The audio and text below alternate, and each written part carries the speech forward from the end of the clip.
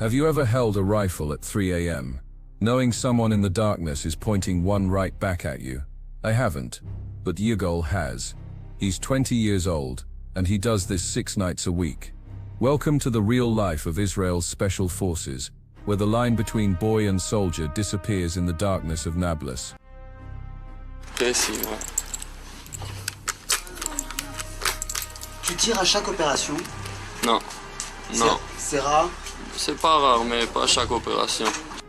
They're Israel's special forces, paratrooper commandos, elite fighters. They don't wear flashy uniforms. They don't display medals. Their pride lies in remaining invisible. Yigal is 20 years old. He's serving his mandatory military service.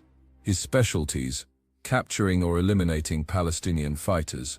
He's already completed about 60 operations. When you do this almost every night, and you do roughly the same thing, you get used to it, he told me with disturbing calm. 2 hours before action, the commando leader gives final instructions. Our strength will be remaining invisible and not raising suspicion. Focus on your target. Don't forget details like camouflage. And good luck.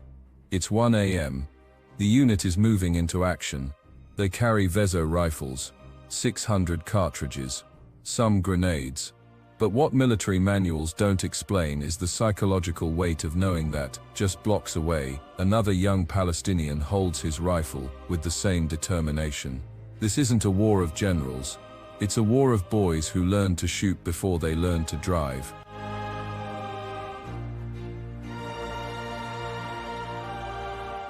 That night, they set out to confront a Palestinian militia. Do you shoot on every operation? I asked Yigal. No. Is that rare? It's not rare, but not on every operation. Tonight we'll definitely be shooting. He showed me his rifle. It's more powerful than an M16. It's heavier, but less accurate. When I asked if he was afraid, he smiled. Normally you don't feel fear. If you do, you shouldn't show it. Otherwise, it will scare the others.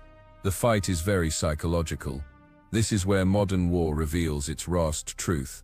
It's not about technology, it's about who breaks first. Major Nimrod, commander of the paratroopers, confirmed, there's another type of discipline. Not what you see in a large army. You see a different kind of discipline, one that comes from within, not from formality. It's the discipline of a young man carrying the responsibility of protecting his family, even if it means pointing a weapon at another young man doing exactly the same thing.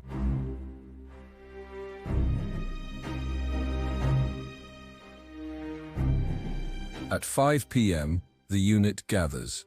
They don't tell me anything about tonight's mission. Can I attend the briefing?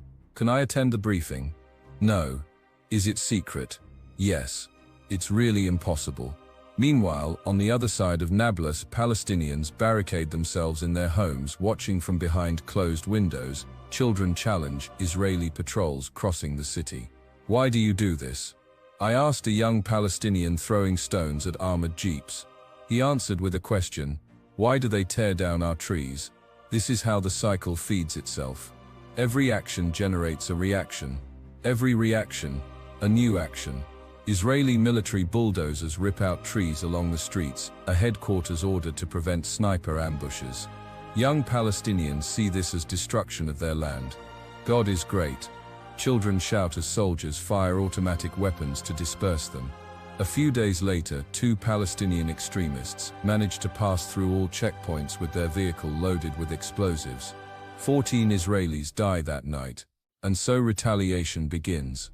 Every time there's a terrorist attack, you understand what you're doing, Yigal told me. Because tonight we'll arrest a terrorist who could do the same thing, create the same evil, and carry out a similar attack.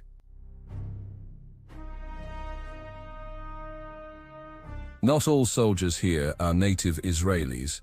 Gabriel, 20, suspended his studies in France to join Israel's military service. What's your unit called? Du Rifat. What does that mean? It's the name of a bird. Our motto is Du Rifat, a fighting family.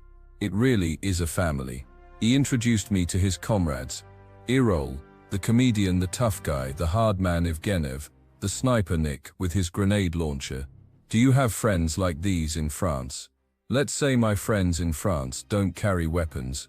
As Gabriel continued, in my opinion, in the last 2 years, the fact that Israel is carrying forward its war for independence, this time in a war against terrorism, has attracted many young people. Young people from France too, who come here and decide that Israel is their home. Abby, 20, gives orders to men.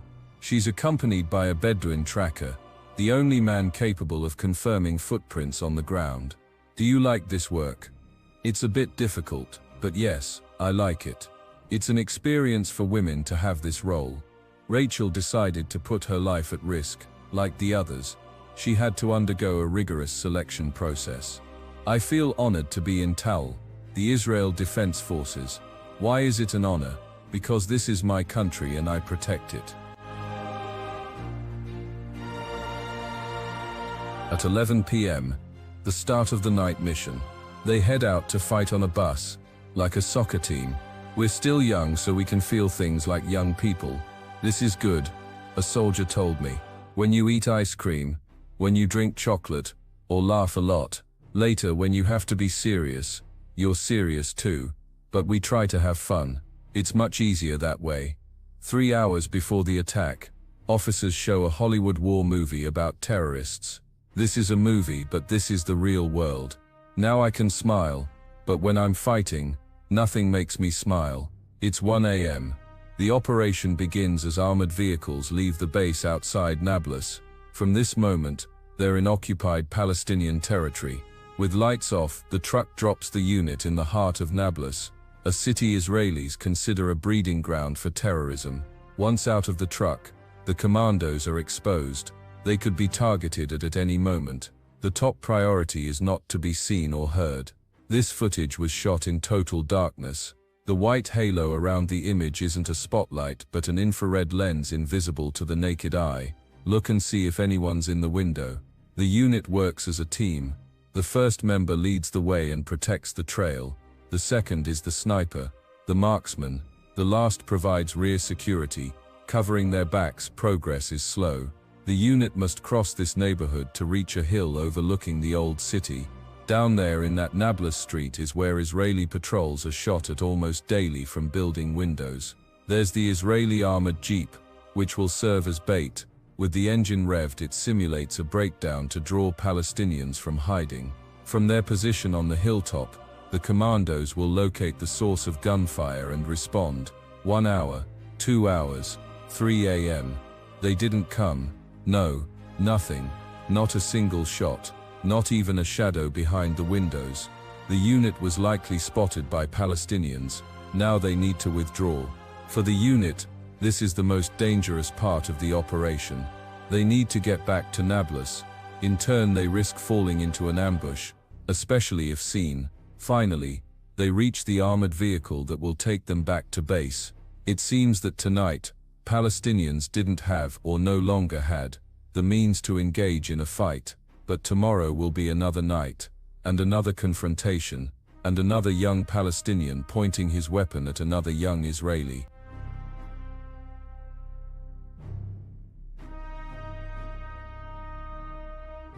The day after the operation, Yigal returns to Jerusalem. Do you always keep your weapon there? Yes. But you have to keep the weapon and ammunition separate. If a child touches it, nothing can happen. He lives with his parents. Here, you're no longer a commando. No, I'm a child like everyone else. There's no more army, and now I can relax. But the relaxation is relative, especially since there haven't been terrorist attacks for several weeks, he said.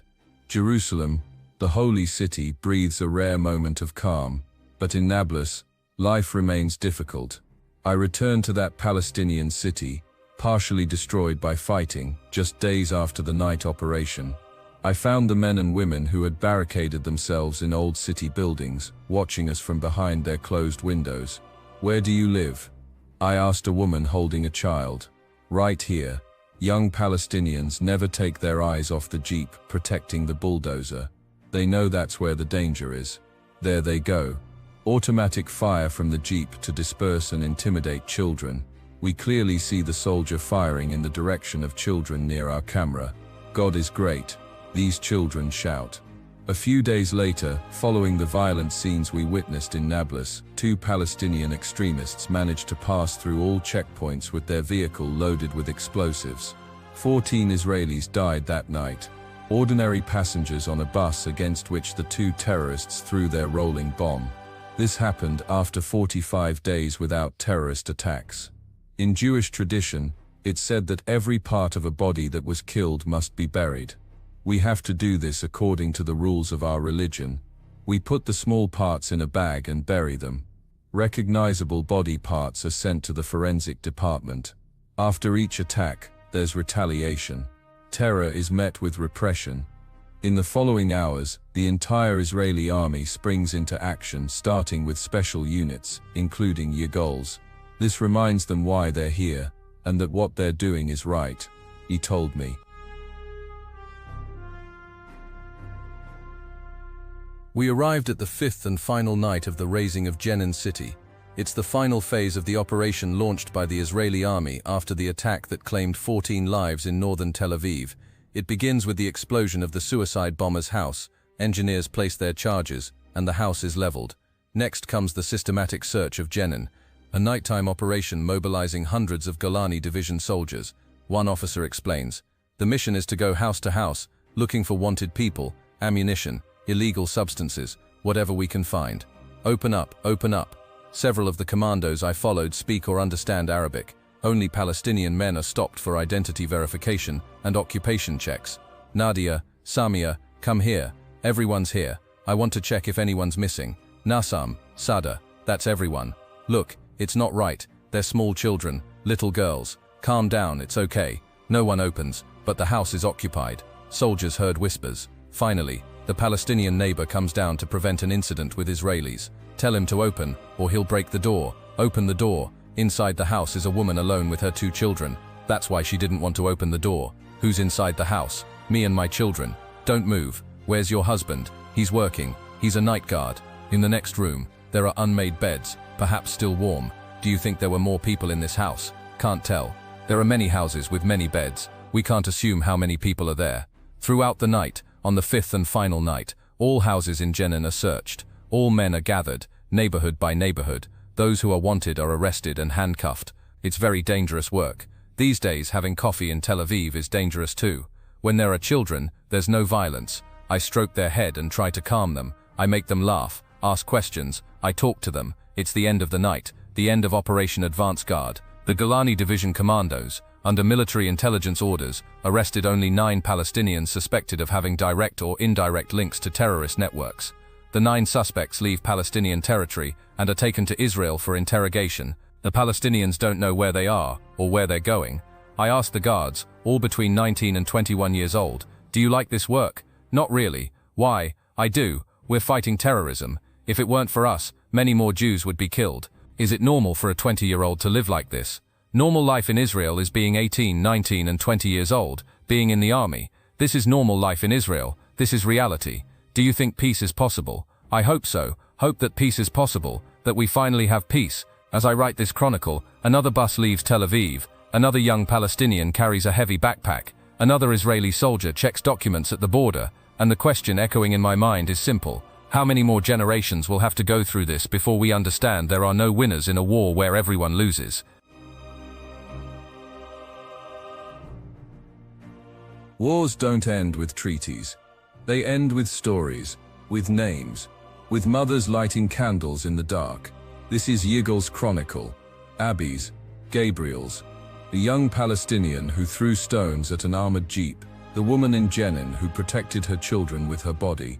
Don't let numbers erase their voices, because when we forget the names, that's when war truly wins.